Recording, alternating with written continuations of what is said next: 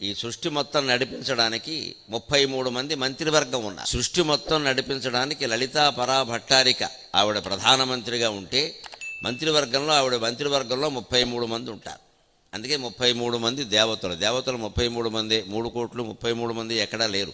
కోటి అంటే సమూహం. 33 మంది ఉండే ఒక సమూహము అని చెబితే కోటిని కోట్లు అనుకుని పెంచేసుకున్నారు. అంతమంది ఎవరు, వాళ్ళు కూడా లెక్క ఉంది. ద్వాదశాదిత్యం, అదితికి పుట్టిన వాళ్ళు విష్ణుమూర్తి సహా, ఇంద్రుడు సహా 12, ఏకాదశి రుద్రులు శివుడితో సహా కైలాసంలో ఉండేవాళ్ళు 11, ఆయన అంశకి సంబంధించిన వాళ్ళు 11 మంది.